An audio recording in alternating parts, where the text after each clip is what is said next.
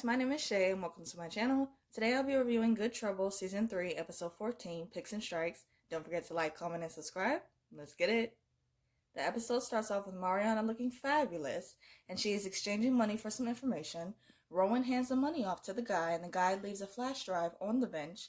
It shows a montage of everyone else seemed to be sus and doing some sketchy stuff.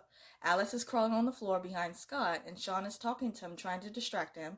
As they are talking, Alice slips a sheet into his folder. Dennis gives the man some money, and Isabella is looking around to see if anyone is nearby, and she is really engaged in her laptop. Dennis is on his way to the kitchen, and he sees Davia and Matt washing dishes. He overhears them talking about school and their students. As he is walking away, his cover is blown because Davia notices him. Dennis says that he just came to get something from the fridge, and Matt says that it's late and that he should leave. Dennis goes to the fridge, and his comment was hilarious. When he said that he couldn't even remember what he came upstairs to get. I bet because I know he wasn't expecting to see them in the kitchen, that's why. Dennis tells Davia that he has a gig coming up and that if she has any free time, he would love for her to come. Davia says that it's on a school night, so she will have to see. Dennis says that he understands and that he is just putting it out there. He touches the lamp on the ceiling and then he leaves and Davia peeps it. And I'm just like, my awkward babies. I love them. Kathleen tells Tony and Callie that they need to watch the jury members like hawks to see if they have any reactions. She is letting them know about how important it is and limited their strikes are. Rowan and Mariana are at the office and they are going over the list of jurors. Rowan says that he has a photographic memory, and Mariana uses her amazing skills from MIT to pull up some social media information on the jurors. Rowan asks Mariana, with her going to MIT, why is she answering phones at a law firm? And Mariana says that she just needed a break from the tech world. Mariana gives Callie the information on juror number 12, and Callie tells him about her. Kathleen questions the juror, and from her responses, she is clearly racist. Isabella's in Giles' loft, and he is painting in there. She says that she is looking at some Pinterest boards for cribs. They both talk about designs, and Giles brings up the fact how hard it was for his sister growing up. Giles says that they should let their kid pick what they want to be in the room, and Isabella agrees. Scott is with everyone in the comedy program, and he says that they need to get rid of the problematic sketches. What they need to do is get rid of your problematic ass, and I thought they did that for a while, but it didn't last long because you're back now. Ugh. The comics are not the only ones frustrated because the writers are upset that they have to write new material. Scott tells the comics to pair up with a writer, and everyone else is paired up. Alice doesn't have anyone to pair with, and that made me sad. And her comment saying that it took her back to like dodgeball days in school and always being picked last. I'm like, baby. Back at court, Callie and Rowan are crossing off jurors on their list, and afterwards, Mark and Kathleen tell the judge which jurors they want to strike. Kathleen tells Tony and Callie to bring their A game for court the next day, and suggests that Tommy lighten up because it's not going to help their case. SUMI comes to Alice's room trying to cheer her up after hearing from Lindsay that Scott threw all of her sketches out. Alice starts to question whether she did the right thing with coming back into the comedy program because of Scott changing the rules and that no one wants to write for her. SUMI gives her up an amazing pep talk and comments on how amazing Alice's growth is from years ago. And I said the same thing in earlier reviews. Like, just to see how far Alice has come from season 1 is just beautiful, man. It really is. She says that Alice standing up for herself the way that she did takes courage and that it's attractive. And I'm like, ooh. I was so right about these vibes I'm getting from these two. Alice thanks her for that. SUMI suggested they go out for a drink, and she literally drags Alice out of bed. That was funny. Dennis is at Smitty's watching a female perform before his set. After she is done, Dennis gets on stage and tells the crowd that he will be playing an acoustic set for them. Mariana and Rowan are having a drink after a successful day at work. Rowan asks Mariana why she's taking a break from the tech world, and Mariana opens up about her fallout from the company with her girls and dating her boss, Evan. Mariana says that is her underbelly, and Rowan says that he has one too. He admits that he is overlooked at the firm and feels like he is invisible to them. This moment of them bonding about their struggles in the workplace, it was really, really good to see, and it was a nice moment. Mariana tells Rowan that he is visible to her, and that he is the best dresser, obviously, second to her. Davia shows up at Smitty's, and I'm so glad that she came to support him, like always. Dennis is singing, and a heckler screams and says that his set is boring, and I'm like, that was rude and unnecessary, completely unnecessary. Dennis asks for Davia to come on stage, and Dennis starts singing, and again, for the millionth time, as soon as Dennis starts singing, I started tearing up.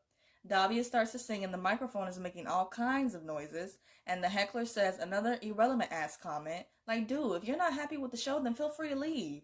No one is forcing you to stay. My girl Davia goes off on that ass, and I was so here for this. I loved how she was standing up for the both of them, but especially standing up for her man. And I'm like, you better support your man who isn't technically your man, but really is your man right now. And another moment that made this scene for me, as Davia is going off on the heckler, as she should, by the way, Dennis is just sitting back with the biggest smile on his face. He was enjoying it so much, and it was so adorable and funny, man. Davia throws an open water bottle at full force at the heckler, and afterwards she tells Dennis that they should probably leave. Alice and Zumi are out having drinks, and they are reminiscing about their memorable first date of being in a water ballet class for seniors.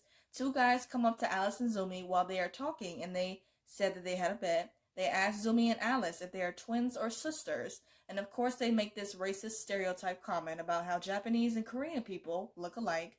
Zumi bursts their bubble and tells the guys that they are dating, and she puts her arm around Alice. The guys attempt to walk away, and the girls already know what their next move is going to be, and they ask if they can watch. Like, gross. Both Alice and Zumi yell at them, and as they should, and the guys finally leave. Afterwards, Alice acts out a scenario of her playing a guy and asking Zumi out, saying that she looks like all these other beautiful Asian actresses. Zumi loves the joke and says that it will be great for a sketch. Dennis and Davia are out grabbing a bite to eat from a food truck. Dennis says that he hasn't been bounced from a bar in a minute, and Davia apologized for it, but he says that he loved every minute of it. So sweet. Dennis convinces that he didn't have a gig at the bar, but that he had to pay to sing. He brings up the fact that he overheard her and Matt talking about school and their kids in the kitchen. He knows that they have that shared passion when it comes to teaching, and he says that he just wanted to share something with her that they were both passionate about, which is singing. He says that he wished he knew what he loved to do, and Davia tells him that he loves cooking, and Dennis replies that he loves her. Ah, these two. They both kiss, and then here we go, back another mind trick, and then they literally had me for a second with this, but then back to reality. Dennis agrees with her. Davia tells Dennis that she really misses his cooking at the coterie. They both agree that the food that they are eating totally sucks. Kathleen, Tony, and Callie arrive at court, and Kathleen tells Callie to talk to Tommy alone because he likes her and he feels comfortable with her. Callie comes over to Tommy with his parents and his girlfriend. She asks us to speak with Tommy alone for a minute, and she tells him that it's important for him to keep it together in the courtroom. Tommy says that he doesn't really know what he's doing, and Callie gives him a signal of her touching her right ear as a signal for him to just lighten up a bit. Callie touches Tommy's arm, and Katie looks jealous and obsessive and crazy, and Kathleen peeps it. Everyone is in the courtroom, and they are going over the members of the jury. They are going down the line of the list of jurors and weeding out the ones to use and the ones that won't benefit their case. It goes back and forth between Callie, Kathleen, and Tony, and Mariana and Rowan in the office, going over the jurors as well and coming up with information. Back in the courtroom, Tony comes up with the idea of questioning a juror who served time in the military, and their plan is to get Mark along with Jamie and Nicolette to believe that they don't want that particular juror. Kathleen is all here for it and says that Callie will be the one to question the juror. Tony is upset because he says that it was his idea, and Kathleen says that he comes across as arrogant. So it's best that Callie does it because she's more likable, pretty much. That's what she was saying. Kathleen is something else, man, but I love her though, and her wit is just amazing. Alice and Sean are in the comedy program doing their sketch, and with Lindsay. The sketch is about the same material Zumi told her would be great the other night, and everyone is loving it except Scott's ass. Scott says that he doesn't remember seeing the sketch in the pile and asks which writer wrote the material, and Alice says that she wrote it. Back at court, Callie is questioning a juror who served in the military. She asks the juror if he ever questioned a superior officer's orders, and the juror replies that he didn't. She asks again if he would question them even if they were wrong, and the juror replies that you don't question your commanding officer. Callie turns around and she makes a face, and Jamie has this look. The judge tells everyone that they will be a 20-minute recess, and Mark tells Jamie and Nicolette that it looks like they are going to strike off the juror who is a Marine. Jamie says that he's not so sure that they are going to do that, and Nicolette asks him how does he know, and Jamie replies that it's just a hunch. Scott tells Alice that comics can collaborate with the writers, but they are not permitted to write their own material. Whatever. He tells Alice that her sketch is out, and Ruby comes to her defense, which I loved, by the way. Ruby tells Scott that while he was gone for that sensitive training, For one day, the rules changed and they decided to let the comics have more creative control, as they should. Scott assumes that this was her and Alice's idea, and Ruby says that this was all her, seeing that she is the co-director of the comedy program. They go back and forth for a minute, and Ruby demands that Alice's sketch go to the next round because they killed. A woman walks in as they are talking, and Scott immediately changes his whole attitude. And I think we've seen this woman before, and I think she is the woman in charge, so that's why he had a sudden change of heart. Whatever. Scott says that he loves Alice's sketch and that she can work with the writer Jeremy tomorrow, and he's so full of it, and I can't stand him, just like everyone else can't. Callie and Jamie are outside grabbing some coffee. Jamie tells Callie that he knows that she is trying to game their group with the Marine juror. He tells Callie that she has certain tells when she is trying to pull one over on someone, and they both go back and forth about each other's own tells, and they're flirting. Whatever, I honestly care less. As they are talking, Tony is watching from afar. Nicolette comes over and Callie grabs her order and she leaves. Nicolette asks Jamie what was going on, and Jamie replies nothing, and it definitely wasn't nothing, but whatever. Moving on. Gael comes to his loft looking for Isabella, and he sees her laptop open with images of nursery inspiration with the pink theme. Isabella comes in, and Gael questions her about it, and it flashes back to Isabella in the kitchen at the coterie. She receives an email telling her the sex of the baby, and back to reality, she tells Gael that she found out before they talked. Isabella apologizes for not telling him, and that she was just looking at images to be more gender neutral. They both agreed that they needed to talk more about co-parenting and everything else, and I'm not gonna lie, the moment of them kind of blushing and just being happy about them having a girl, it was cute. It was cute. Back at court, Mark and Kathleen are talking with the judge, and they are going over their strikes for jurors. Mark and Nicolette both agree that it's good that Jamie can read Callie because that will help them in Tommy's trial. Davia and Dennis are out for a walk, and he shows her his new food truck he bought. He says that he found his passion, that he is going to be cooking for people. Dennis tells her that it's going to be great, and I really, really hope that this works out for him, because I just want to see Dennis win so bad. Kathleen comes back to the office and tells Rowan that his photographic memory gave them an advantage in court. She thanks him and says that he will join them in court from now on. And I'm like, good. Rowan says that he couldn't have done it without Mariana and her tech skills. Mariana says that she is going to miss working with Rowan at work, and he tells her that she is wasting her amazing talent and fashionable shoe game answering phones at the office, and I agree. Tony comes to Callie and tells her to watch her back when it comes to Nicolette. Callie says that Nicolette has nothing to worry about and that she is seeing someone and that is serious. Tony makes a comment about how she is still in love with Jamie, and he leaves. Alice and Zumi are having a drink to celebrate her victory with her sketch being approved. Alice admits that she has changed and that before the program, she would have never been able to stand up to Scott or anyone else.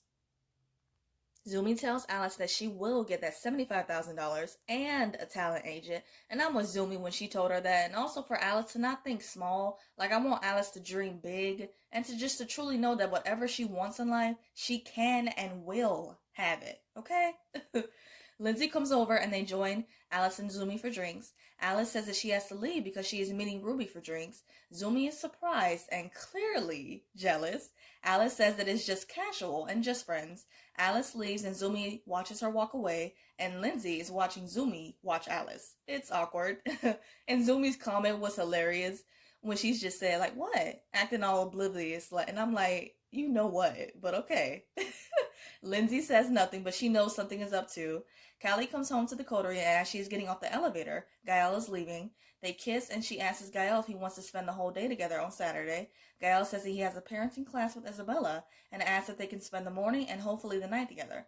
Callie kisses him goodbye, and Gael leaves for work. And I could clearly see that Callie was disappointed when she was walking away, but of course she put on a brave poker face in front of Gael.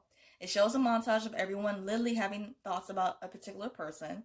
As the end montage is playing, they are playing Dennis and Davia's cover of Minefields, the song that they were singing earlier on in the episode, and I'm so glad we got to hear this song. And Josh and Emma's vocals again together, it's just, it's like magic. Jamie is in his office and he's having flashbacks of Callie. Davia is in her room and she's thinking about Dennis, and vice versa. Dennis is in his room and he's thinking about Davia. Alice is spinning around in her chair, and she is thinking about her and Zumi. Nicolette comes to Jamie's office, and they both leave together. Callie comes to her room, and she is sitting on the couch. And the episode ends with Callie having flashbacks of Jamie, and of course, they just have to bring back this whole love triangle BS. I can't. To wrap up this video, I'm going to do 3 quick things. First, my quick thoughts on the episode. I really enjoyed this episode. It was great seeing my faves Dennis and Alice back because I missed them last week. Alice and Zumi are just too cute, and I was right about the particular vibes and chemistry that I was sensing in the promo. I'm super glad that Dennis found his new passion with cooking, and that I really hope that it works out for him.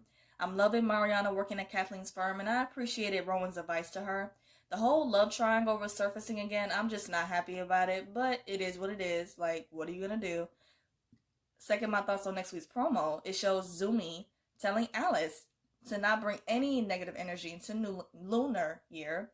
It shows both Malika and Davia being confused about their romantic feelings. And it shows Callie saying that she's gonna need another drink. And I bet because Sis is having some conflicting romantic feelings herself, and I'm tired of it.